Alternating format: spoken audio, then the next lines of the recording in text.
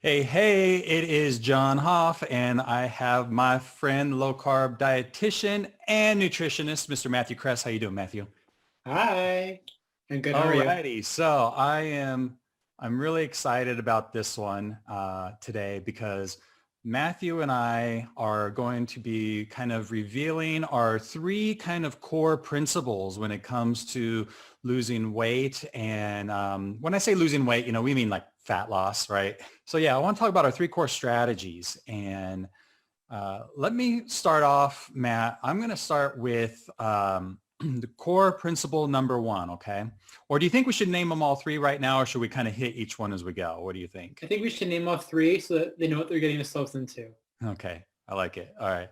So the first one, which we'll start out with, will be utilizing a low carb diet. Why a low carb diet? You could do a high carb diet. You could do a low fat diet. There's all kinds of different diets. There was the sleepy diet way back when, the sleeping beauty diet, they called it. The idea was you'd sleep your way through all of it and don't eat. The second core principle that we look at is a nutrient dense diet. So going low carb, and which we'll be talking about here in just a second, but then what are you eating when you're low carb? That is very important because it kind of has a whole collateral thing going on inside your body. And if you take out the nutrient dense part and you just focus on low carb, then you could be hurting yourself or taking a couple steps backward when you move forward. And then the third little thing that we have here, the third strategy is if you can incorporate some intermittent fasting in there, some fasting into your life, that really will go a long way. That to me, Matt, is kind of like the fire is burning from those other two, and you throw the fasting on there, you're just throwing like gasoline on the fire. I mean, would you say like that? Like Oh, totally. Yes. jumps the scale up. Okay, so let's talk about low carb here real quick and how maybe like why we kind of are doing low carb and opposed to low fat. So one of the things I want to talk about, excuse me, is losing weight. There's been talk about losing weight is just calories in, calories out. And we have talked about how you do need to be in a calorie deficit to lose weight. You can't have an overabundance of calories and expect to be losing weight. But it's also not the only thing. And the really cool thing is neither Matt or I like to count calories. So the way like our program is worked when we take on clients, you don't need to worry about counting calories. It's all done intuitively. So it kind of happens automatically. But the fact is calories do play a role in weight loss, but it's just one piece of that puzzle. So low carb, or I should say this, losing weight, losing fat loss is a large part a hormonal issue, deals with hormones. Okay, now we have lots of hormones. I'm going to name some of the hormones that kind of contribute to fat storage, fat loss, all those kinds of things. But there's one big one, and I'll name that one last. But if you're watching this, even if it's on the replay, comment below. I'd like you to tell me, what do you think the number one hormone is that contributes to fat storage and fat loss? So comment that below. And I'm going to name a couple of them that are maybe a little bit less on that scale. So things like cortisol, things like estrogen, testosterone, progesterone. These things have certain roles in weight loss and fat storage. Your thyroid hormone, I don't remember if I mentioned that. But, what's that? Growth hormone. Growth hormone. Yeah, exactly. And guess what, Matt? These things don't have calories. There's no calories in these things, right? So if you're sleeping, if you get bad sleep, there's no calories in bad sleep, but that can also affect things like these hormones, like cortisol and everything, right? And if you get, and I'm not going to get deep into the cortisol thing, but I'm going to just mention a small thing. The cortisol comes from like your adrenal glands, and it's that flight or fight response system. There we go. And it can like basically create sugar in your body, and so when your cortisol's up, your blood sugar's up, you're not necessarily in fat loss mode. So you want to keep that down. Okay, so Matthew, what's the number one hormone there that I'm looking for when it comes to fat loss and storage? Does it start with an I? Does it end with an insulin? It It's starts with an I and ends with with an with insulin. Yeah. insulin. It's insulin. Insulin Insulin, is exactly. So insulin yeah. is the hormone that will make you big. So yeah, insulin is definitely the big one. Now that, let me ask you this, Matt, why low carb diet as it relates to insulin versus, hey, we could do a low fat diet, right? I mean, do they both affect insulin in the same way or differently, those kinds of diets? No, they're very polar opposites. When you have a low carbohydrate diet, so you have three macronutrients. You have protein, which we're not going to worry about. But you have carbs and fat. And carbs, when you eat them, insulin shoots up like a rocket. When you eat fat, insulin does this, does nothing, or it might have a tiny blip. And so when you have a ketogenic or a low carbohydrate diet, you have a lot more of a steady blood sugar. You have a lot less of that insulin going up. You have a lot less fat accumulation, and you have a lot more fat loss. Mhm. Yeah.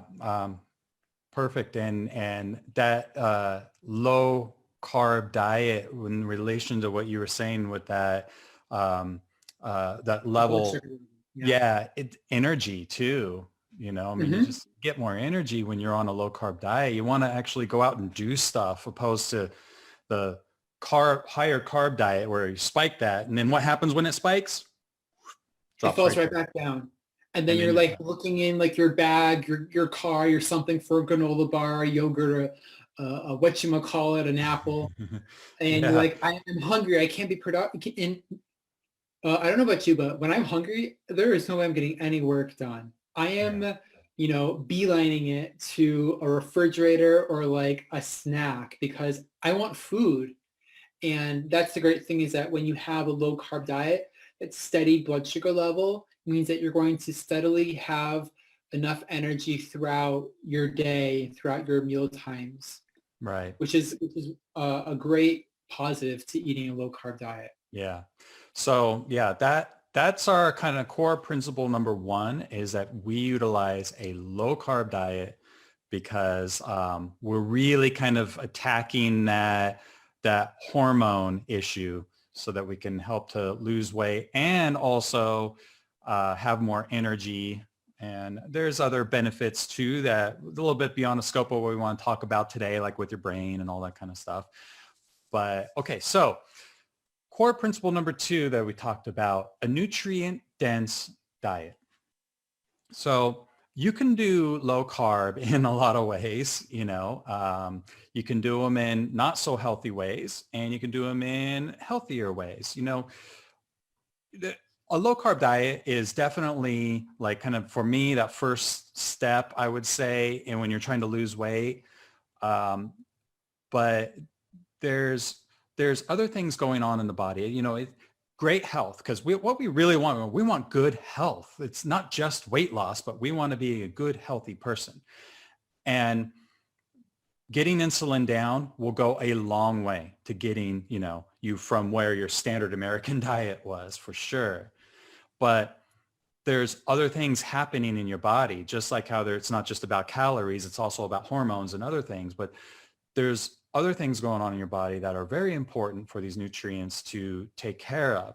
Now, when we say nutrient dense diet, Matt, what are we talking about here? Are we talking about collagen? Are we talking about vitamins? Are we just talking about what are we talking about nutrient dense?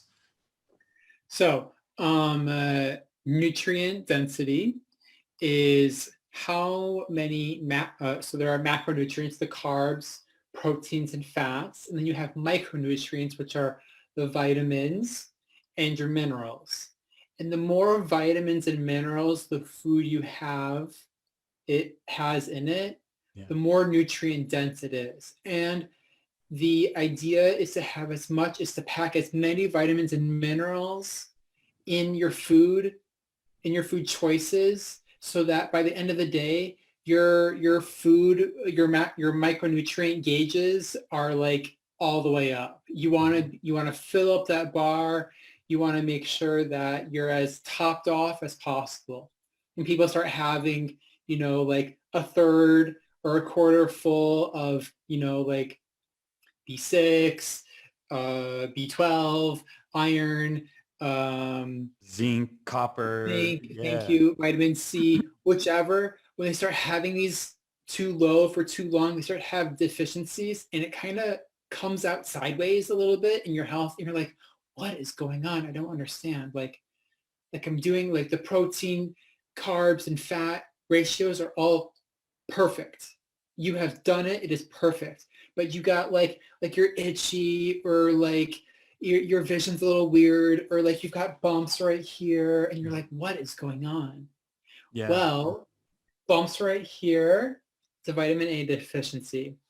Night blindness, that's also vitamin A deficiency. Hang on, let me think. A B12 deficiency is going to have, you're going to have poor coordination.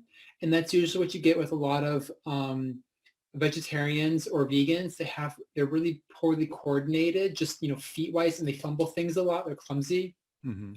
And the list goes on. And as you go through all these vitamins and minerals, you want to make sure that you have them as abundantly in your diet as possible, is to avoid, any of these micronutrient deficiencies, and to be as optimally healthy as possible. And they work in unison together too.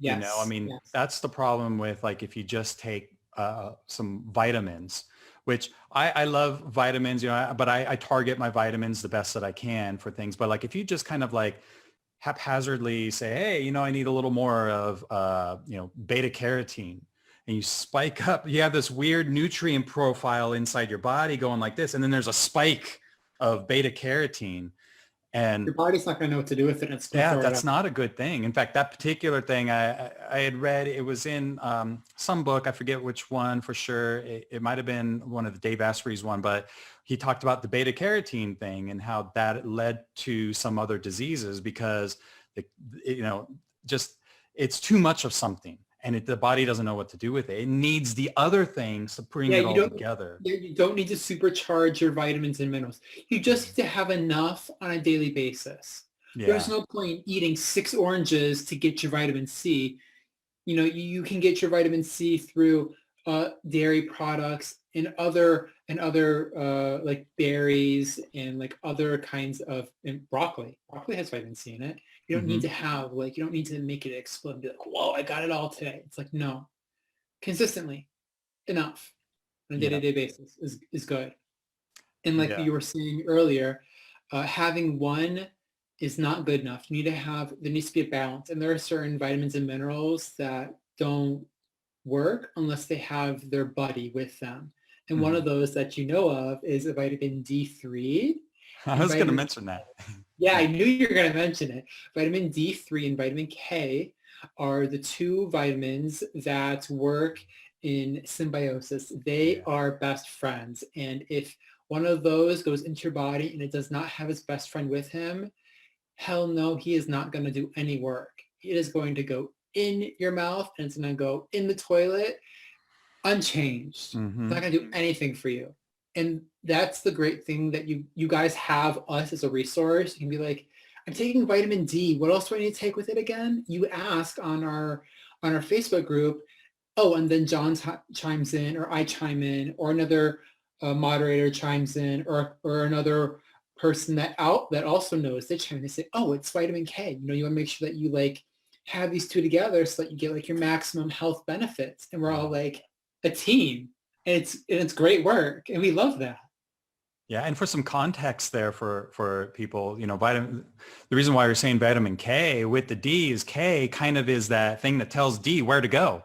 Like you don't want the calcium to build up too much in one area. So vitamin K is like the navigator in a way, a very simplistic way of saying it, but yeah. It's riding shotgun. You're driving. Vitamin K is driving.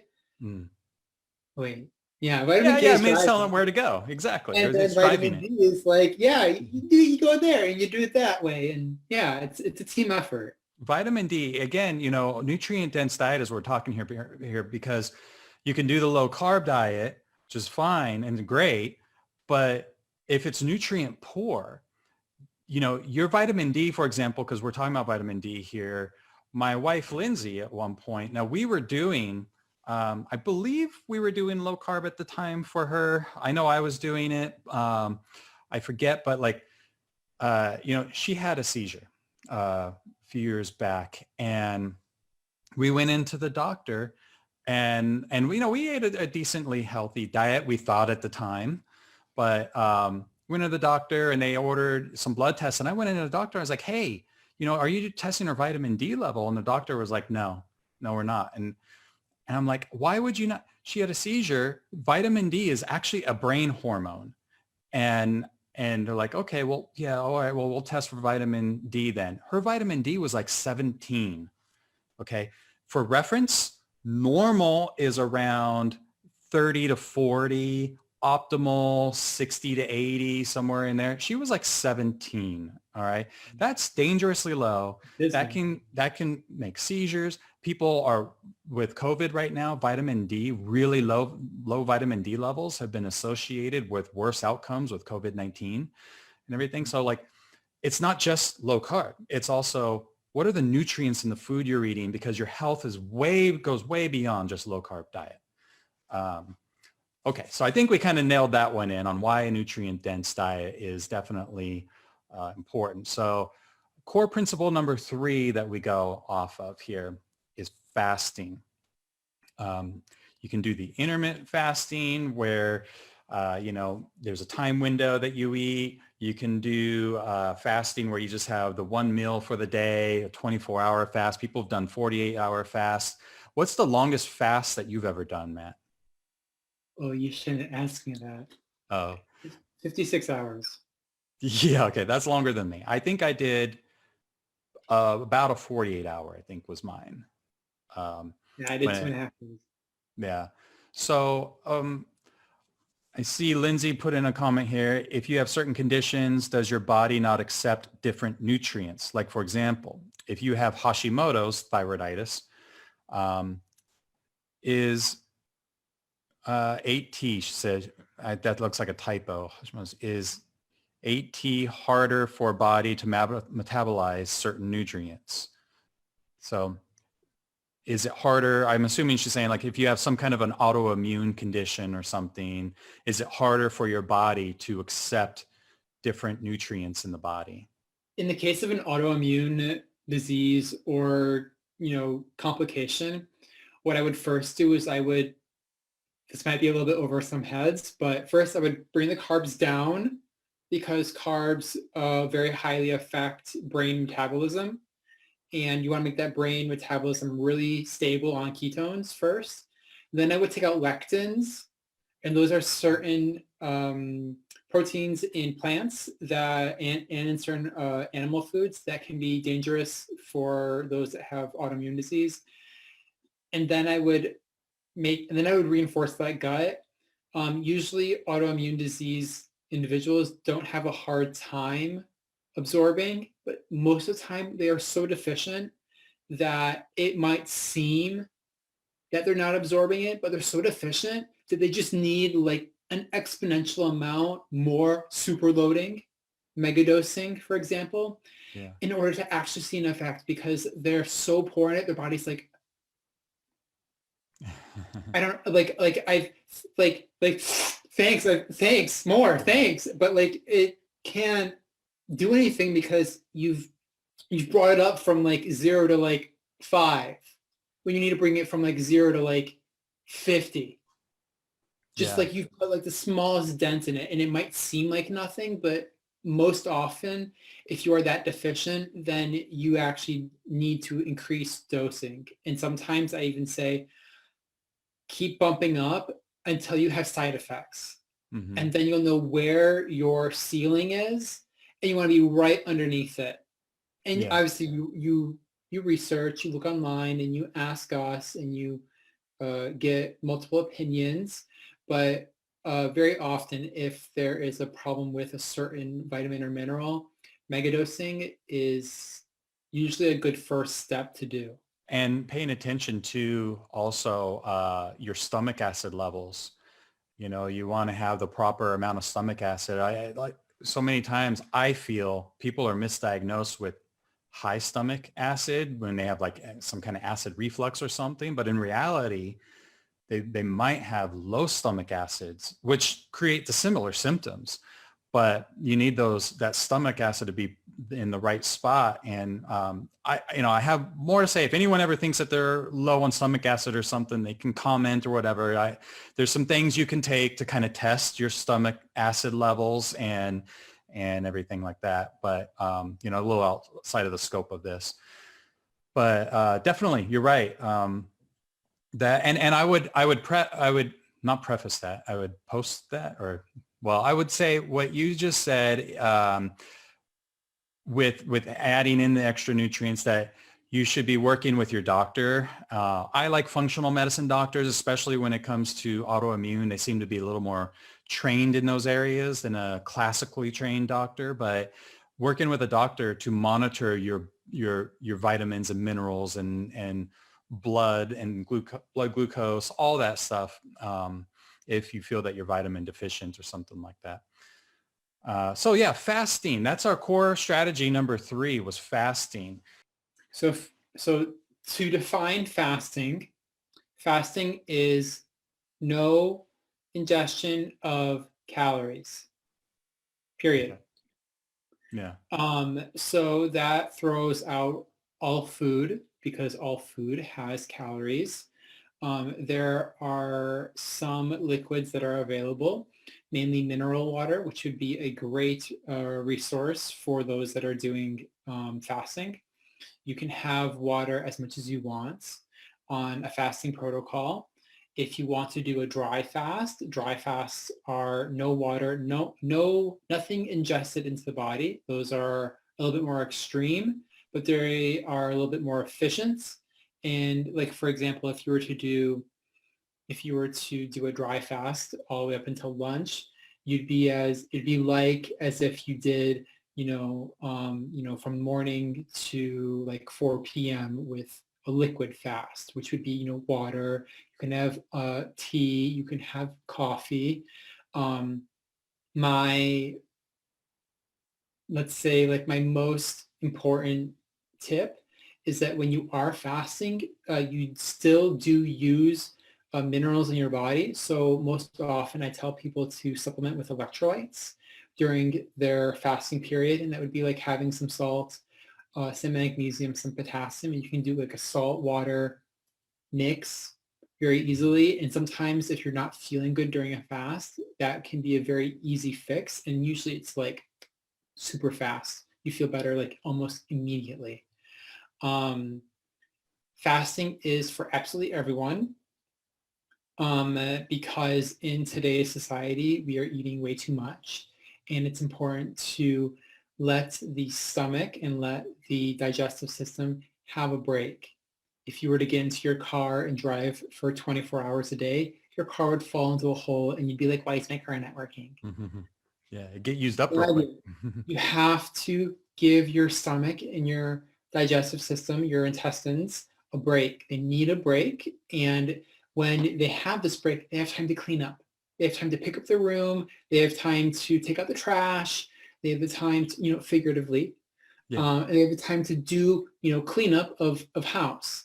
And that is one of the most beneficial aspects of fasting. And notably, when someone undergoes fasting, if you are insulin resistant, which means that your insulin is broken, your body starts to work and it starts to put Band-Aids and it starts to tape up and it starts to, put some wraps around your insulin so it's not broken anymore. And then eventually, through a certain period of time, after you've done, you just skip breakfast. That's enough. So that means that you would eat dinner, and then you don't eat breakfast, and then you would eat lunch. So dinner to lunch.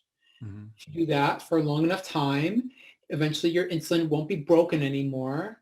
and your metabolic syndromes will go away, along with diabetes and along with other insulin-related problems will eventually disappear, and your health will be a lot easier to control, and you will have taken back, your health into your own hands. If I can here for just a moment, I'd like to take a moment to mention that, all of this stuff can get quite complicated if you really, really start getting into it. Like Matt and I get into the, if I can say, we nerd out on this stuff. Like we get into all the little details. We're reading studies, we're reading books, listening to audio books. I mean, I go to seminars when we had seminars before COVID. We do online ones and stuff, but we really get into this stuff. But you don't have to go to that level to just simply lose weight and be a healthy person. That's why I said, these are the three little core principles. There are a lot of things you can do to be a healthy person. Getting good sleep, getting sunlight, to some exercise, and a lot of different things that are out there. But we felt that these are three really, really powerful things. And to keep it simple for you, you can always expand out as you go. You got to start somewhere. You don't want to start somewhere where it's too overwhelming. And that is how our program has set up. If you're trying to lose weight, if you're trying to be a healthier person, heck, even if you've already lost the weight and you just want to learn some of these things that we're teaching, we do have our coaching program where you can hire us to essentially be a coach. We have our core curriculum with videos in there that you can watch, you can learn, and they're set very easy. It's not going to take you like 4 weeks to get all the information and stuff. It's Matthew actually designed it very intuitively. I set him out on a task, and I told him, listen, it's got to be easy for everyone. And he understood. Of course, it's got to be easy but effective, and blew me away with it. If you are on that path to losing weight, and you want us to help you, you want us to help you get you there quicker.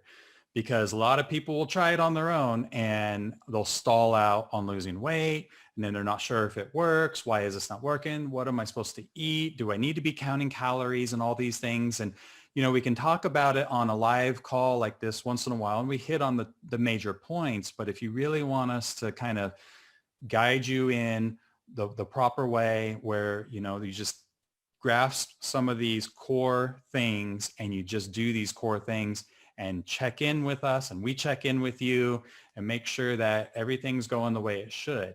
Low carb, nutrient dense, intermittent fasting. Those are like the three things that you need to be successful with weight loss and with regaining your health.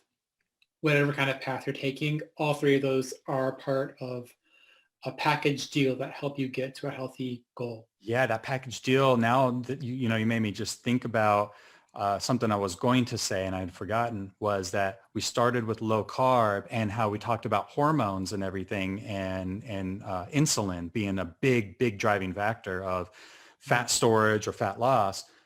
Well, at the end of it, the other end of it, we had the intermittent fasting, right? Fasting in general. Well, that is targeting that insulin. That's part of what we're doing with the fasting. Yeah, Again, they all work together. It all works together. Yeah, that is why this is our Thor. I do like the Avengers, but that is our three core principles, because they all work synergistically together. And it's not the things that you need to know as a client of what are we doing undercover? What you just need to know are the things that you need to do right now. And then down the road, if you want to really dive into it, you can do that and everything.